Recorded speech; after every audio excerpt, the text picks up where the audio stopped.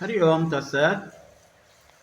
आज हम नारायण आश्रम डीमावर जिला सीहोर मध्य प्रदेश में श्रीमद् भगवद गीता के 13वां अध्याय के 8वां श्लोक पर संक्षिप्त में विचार करेंगे। श्लोक है इंद्रियासु वैराग्य मन अहंकार एव च जन्म मृत्यु जरा व्याधि दुःखादोषानुदर्शनम। अर्थात भगवान श्री कृष्ण इस श्लोक में ज्ञान के 3 साधनों को बताए हैं। वो साधन है इंद्रिय और दृष्ट अदृश्य विषयों में वैराग्य होना, मन अहंकार से वैराग्य होना और जन्म मृत्यु रोग बुढ़ापा दुख आदि में दोष दर्शन करना। तो इसको हम थोड़ा दृष्टि से चर्चा करेंगे कि इंद्रियों और विषय पदार्थों में भोग की इच्छा न होना ज्ञान प्राप्ति में वैराग्य से अधिक अहंकार बाधक है। तो सोचना होगा कि वैराग्य कैसे होगा। जन्म मृत्यु जरा व्याधि दुख आदि में दोष दर्शन करने से वैराग्य होगा। जाति वर्ण आश्रम विद्या कुल श्रेष्ठ गोत्र में उत्पन्न का अहंकार होता है। मनुष्य जाति का अहंकार होता है कि मैं ब्राह्मण हूँ, मैं क्षत्रिय हूँ। विद्या का अहंकार होता है, पद का अहंकार होता है।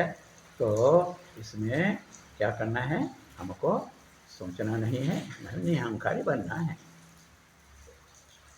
इस पर हम थोड़ा विस्तृत चर्चा करेंगे तो बात स्पष्ट होगा कि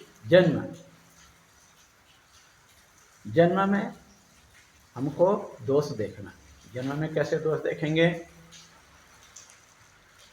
क्योंकि शास्त्र कहते हैं कि जन्म का कारण पिछले जन्म का पुण्य या पाप होता है।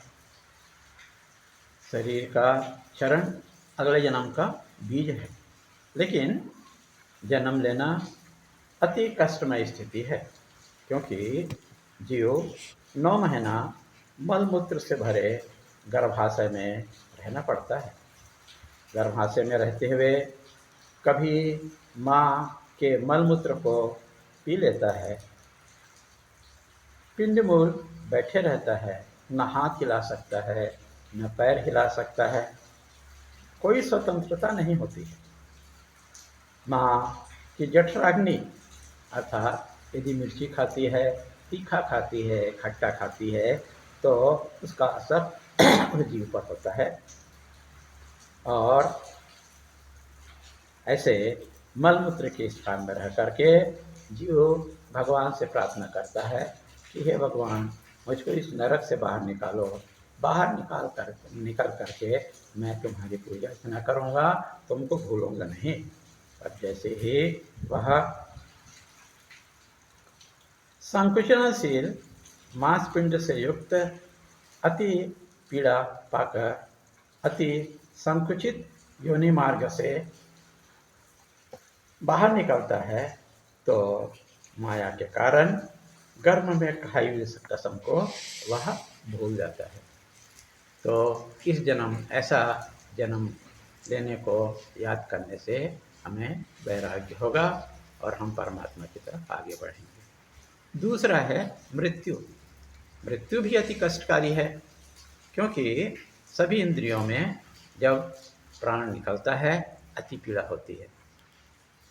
सभी प्राण हृदय में एकत्रित होते हैं और शरीर को त्यागने में भी अति पीड़ा होती है। शास्त्रों में आया कि 72,000 बिच्छुओं का डंक से जो पीड़ा होती है वही मृत्यु के समय में पीड़ा होती है।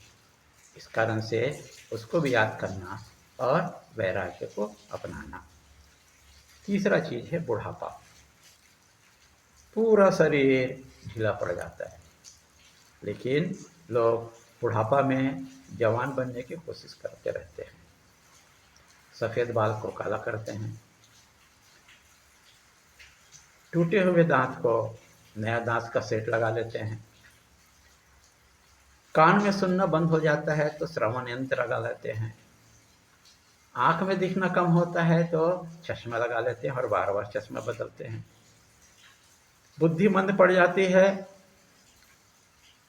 ठीक से चल नहीं पाते हैं, हाथ पैर कांपते रहता है, मुंह से लार टपकता है। ये है बुढ़ापा। इसमें परिवार के बहुत लोग साथ नहीं देते। बुढ़े इस बुढ़ापा में बहू भी चिल्लाती रहती है, बुढ़ा चाहती है बुढ़ा जल्दी मर जाए, क्योंकि वो सेवा से बचना चाहती है। तो ऐसा बुढ़ापा को याद करके अपने को प्रभु चिंतन में लगाना चाहिए। चौथा है रोग व्याधि। रोग से शरीर अति क्षीण हो जाता है, दुर्बल हो जाता है, शक्तिहीन हो जाता है और रोगी को कड़वी दवाई पीनी पड़ती है। दवाई के फलस्वरूप शरीर से तीव्र गंध निकलती है और कभी कभी तो मूत्र थैली को साथ में लेकर के चलना पड़ता है। तो सोचिए ये कितना कष्टदायक है। और पांचवा है दुख। कहते हैं जन्म दुखम जरा दुखम। जन्म दुखमय है, बुढ़ापा दुखमय है, मृत्यु मुख्य है, रोग सभी मुख्यमय दुखमय है। इसमें बारंबार दुख देखने से ही तीव्र वैराग्य होगा। मुमुक्षु को इनमें दोष दर्शन अवश्य करना चाहिए। मालूम होना चाहिए कि सुख और दुख दोनों बंधन के कारण है। एक सोने की जंजीर है और दूसरा जो है लोहे की जंजीर है जंजीर तो है। तो लाखों में करोड़ों में कोई ऐसा बिरला पुरुष होता है जो सुख दुख में उदासीन होता है। इसलिए हमें जो है जन्म है, मृत्यु है, बुढ़ापा है, रोग है, व्याधि है, दुख है, इनमें दोष दर्शन करने से ही हमें वैराग्य होगा। हरिओम तत्सत।